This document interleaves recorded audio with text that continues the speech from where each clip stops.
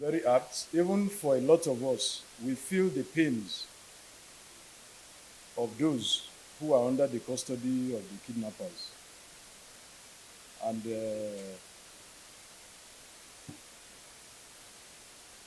we wish such things can be prevented. And that's why it is important that all of us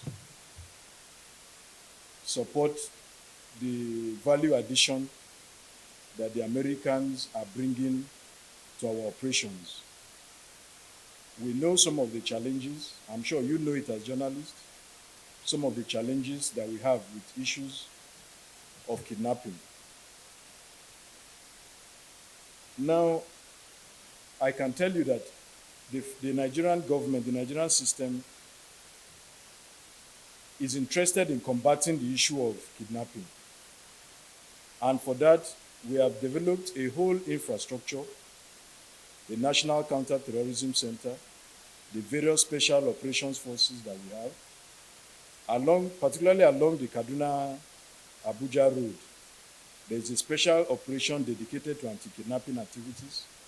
In other parts of the country, we have developed an infrastructure to combat kidnapping.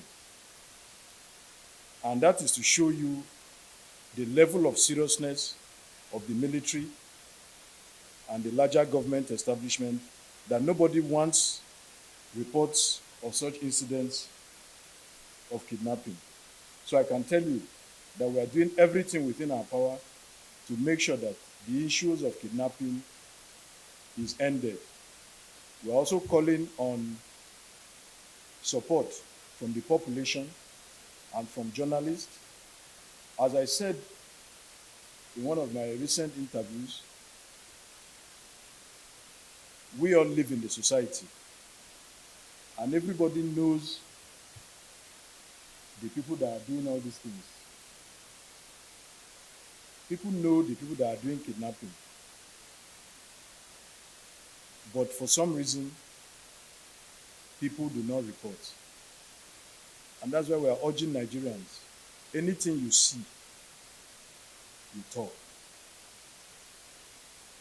People know all these people, and that's the only way we can stop it. But on the part of the government, everything is being put in place to ensure that we don't have issues of kidnapping. Thank you.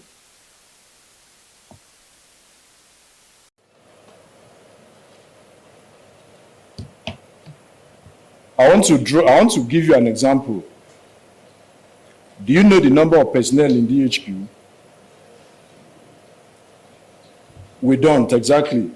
But our activities in DHQ are proceeding as normal, isn't it? So I think we shouldn't focus on the number. What we should focus on is the value they are coming to add to us. And I can tell you, in the last 2 months, they have done that. So I think on that note, we should appreciate them, and we should not, the number is not an issue. You just be rest assured that Nigeria's territorial integrity, our national security is intact. Nobody is giving away our sovereignty.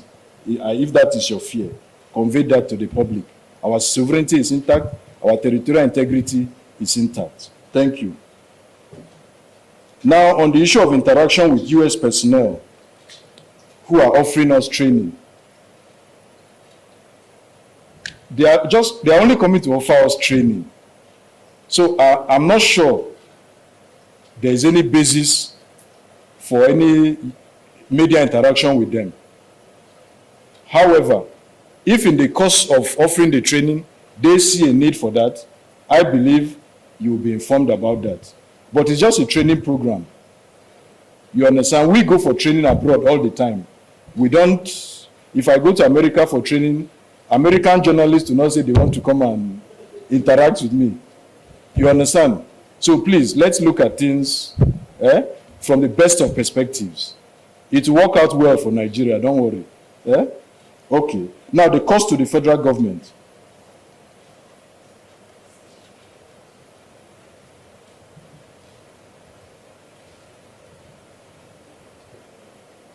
If I told you that there is no cost, would you accept it? There is no cost. The American government is interested in combating terrorism and they are giving Nigeria assistance at no cost. Are we good? Next question, please. This side. Let me finish here. So I guess I'm not surprised that it's coming up. Okay, I can tell you confidently and with all assurances that it is not a case of resurgence or infiltration of terrorists. I can also tell you with all assurance that significant work, attacks and decimation of the terrorists is ongoing. And you know, one of the things with terrorists is that when you put pressure on them, they are likely to target soft targets. I also want to let you know that that is what they are doing, but that should not deter us. At the end of the day, they will get tired and we'll make sure that we smoke them out from wherever they are. It is not a case of resurgence. What is happening is that due to the pressure that the cooperation with America is bringing to bear on them, they are now targeting soft targets in order to magnify their operations. But it's left for us as journalists to ensure that we report some of these incidents from a national interest perspective. Terrorists need the oxygen of broadcasting their activities. We are not saying it should not be reported. However, we should be more modest in reporting some of these their activities so that they will not achieve what they want to achieve, which is to cause panic within the society. But in conclusion, I can let you know that the assistance from the Americans is actually a great value addition to our own operations in that general area. And in the next couple of days, you hear the results of what has happened. Now that they've shown themselves out in Michigan local government, you see the next actions that will follow from there. We sympathize with those who were killed. I understand they are 27. We send our sympathies to them. However, we are going to take necessary action to make sure that it doesn't happen again, particularly in that area. I can tell you that the GOC, General Officer Commanding, and the Theater Commander are right now very much on top of that situation, and you'll hear the results in the next few days. Thank you. Last question from this side, if there's none. Can I take the floor to this side then? To transparency, public accountability, and to disseminate accurate information regarding our efforts to enhance Nigeria's security situation and preserve our territorial integrity. In an era marked by dynamic security challenges, troops have shown resilience and unwavering effort and successes across the diverse operational theaters. Throughout February, that is this month, the Armed Forces intensified its multi-domain operations, leveraging advanced intelligence, interagency cooperation, and community partnerships to dismantle threats posed by terrorists, kidnappers, and economic saboteurs. By integrating kinetic strikes with non-kinetic initiatives, such as humanitarian aid, infrastructure support, and dialogue with local leaders, we are building resilient communities which are capable of withstanding adversarial influences. As we delve into the specifics, I assure you that every action that we take will adhere strictly to international humanitarian standards, rules of engagement, and a profound respect for human rights in line with global best practices. The Armed Forces of Nigeria's personnel's discipline remains paramount, and we continue to invest in training and oversight to uphold these principles. Now, let me examine the key developments in each theater of operation, starting with operational activities from the Joint Task Force Northeast Operation Hadinkai. In the Northeast, troops of Operation Hadinkai sustained their kinetic campaign against Boko Haram, the Islamic State West Africa Province, subsequently known as ISWAP, and the Jama'atu Ali Sunnah leader Awati Wal Jihad, subsequently known as Jazz factions, effectively curtailing their mobility and logistical capabilities through joint efforts with hybrid forces, that is, the Civilian Joint Task Force and local hunters. Our ground operations were bolstered by aerial reconnaissance, which targeted insurgent strongholds in remote and border regions. This month, we neutralized calls of terrorists, arrested 85 suspects, facilitated the surrender of 46 insurgents and their families, and rescued 104 kidnapped victims. Significant recoveries of arms, ammunition, and equipment have further eroded terrorist networks, enabling the safe return of displaced persons and revitalizing local economies. A pivotal engagement occurred on the 20th of February 2026 in Kukawa local government area of Borno State, where troops repelled an assault by terrorists equipped with gun trucks, motorcycles, and 5 drones. The ensuing firefight resulted in the neutralization of multiple adversaries and the seizure of weapons, underscoring our offensive posture. Furthermore, on the 23rd of this month, troops intercepted a Toyota pickup laden with vehicle spares and fabrics destined for Boko Haram elements, alongside a truck carrying 460 bags of fertilizers in Bade local government area of Yobe State. What is the significance of fertilizers? Fertilizers, as you know, is one of the key components for making IED bombs.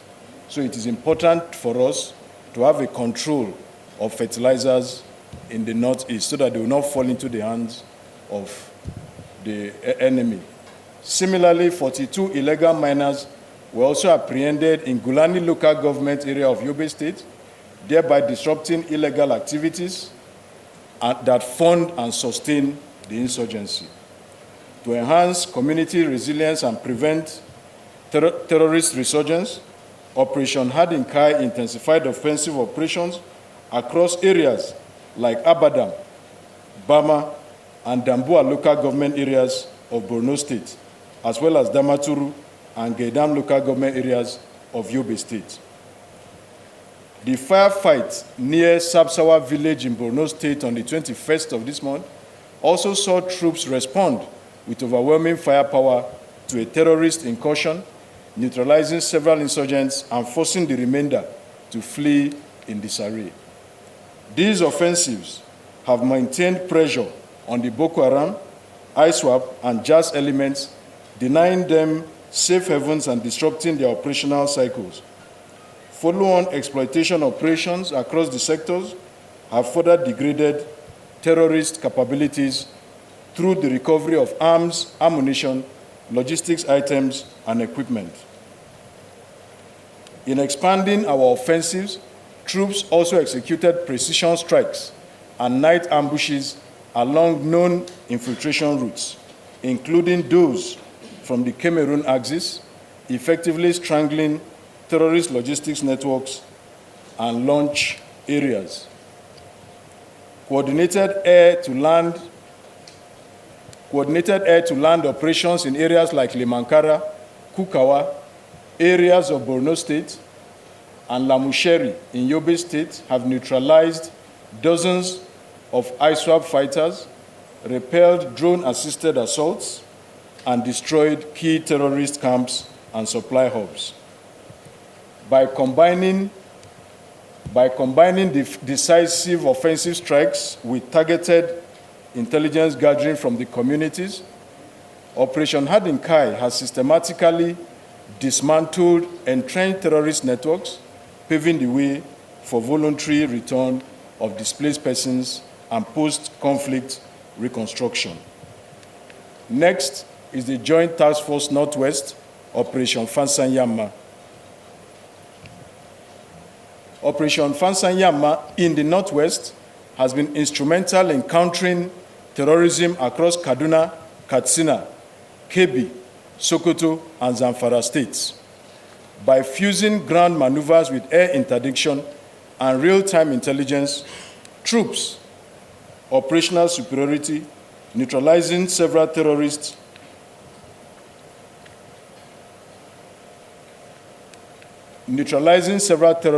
arresting 36 suspects, and rescuing 251 hostages. The highlight of troops' activities was on the 21st, when troops rescued 21 victims from Gidan Sarkin Bayero in Musawa local government area of Katsina State, who were abducted on the 19th of this month, and they were safely handed over to authorities in Katsina State. Interception of arms and ammunition caches from gun runners across the theater have severely hampered criminal logistics, reducing the frequency of ambushes and raids. These efforts have also encouraged community dialogues, leading to voluntary disarmament in some areas and bolstering local vigilance networks in others. Building on these kinetic successes, the operation has introduced agriculture security patrols to protect farmlands and headers, mitigating conflicts that terrorists often exploit. These proactive measures, combined with infrastructure repairs in bandit-prone zones, is fostering economic revival and deterring youth recruitment into criminal groups, thereby addressing the root causes of insecurity in the region. It is worth mentioning that the recent donation of 25 armored personnel carriers to Operation Fansanyama by the Zamfara state government has also bolstered the operation's kinetics and response capability. Next is Joint Task Force North Central, Operation Savannah Shield. If you recall, Operation Savannah Shield was just inaugurated in the last few weeks. The operation has extended their presence in Kwara and Niger states, targeting terrorist hideouts in forested and border terrains. Intelligence-driven offensives has been able to neutralize cause of terrorists, rescued several hostages, and recovered substantial arms during a fierce engagement on the 18th of the month along the Kainji-Kwimo Road in Magama local government area of Niger State. The operation has focused on rapid response capabilities and community intelligence, which has curtailed ambushes and abductions in the area.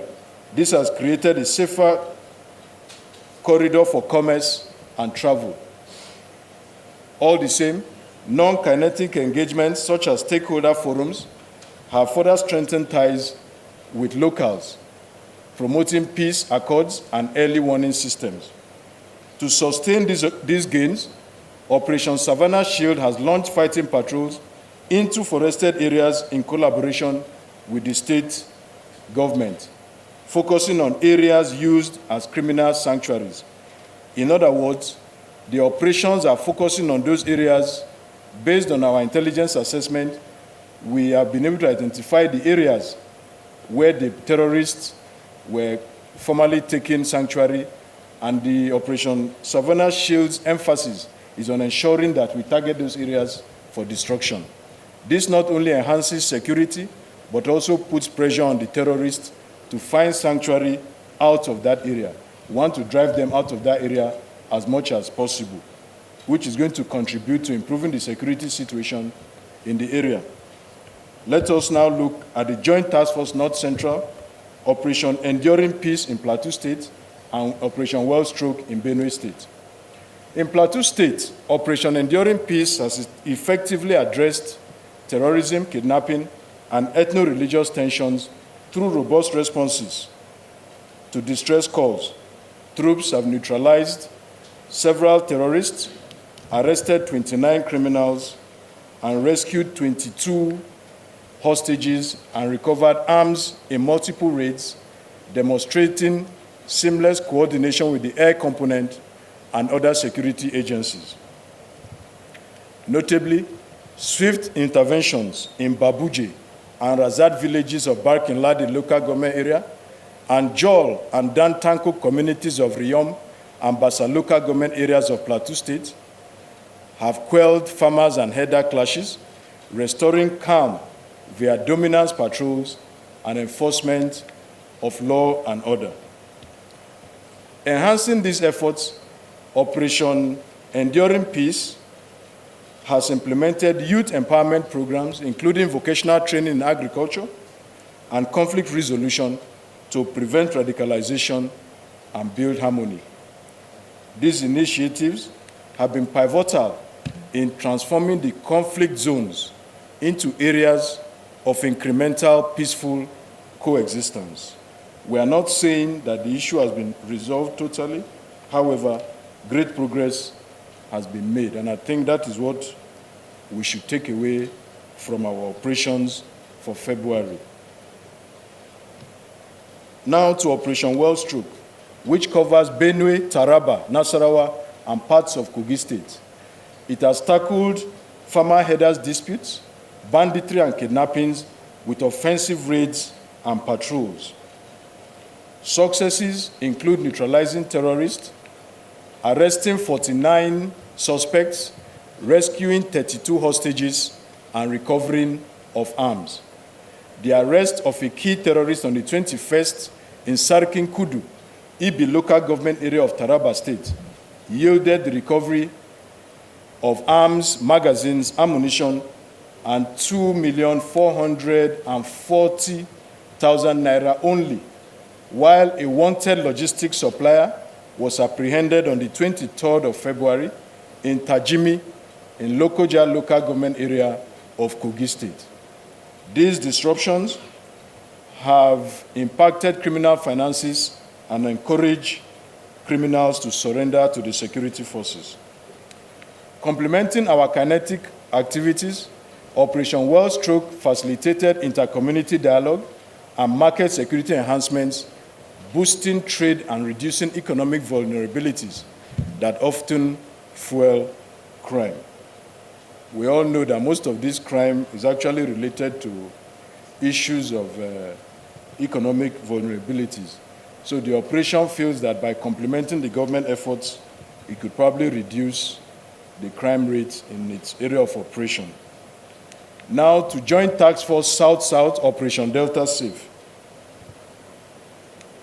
In the South-South Operation, Delta Safe has ramped up anti-oil theft measures, arrested 59 criminals, rescued hostages, recovered 144,050 liters of crude oil, and 31,601 liters of automated gas oil, and destroyed 32 illegal refining sites. Working together, the maritime and land components, as well as other security agencies, dismantled crude petroleum processing equipment, thus safeguarding our national assets. Following the arrest of 2 suspected gun runners on the 21st in Ugep in Yakuru local government area and Adim in Biase local government area of Cross River State, troops in close collaboration with the Department of State Services conducted a targeted raid on the 25th at a suspect's residence. The operation yielded significant recoveries, including 1 locally fabricated pistol components, specialized fabricating tools, and a substantial cache of assorted ammunition.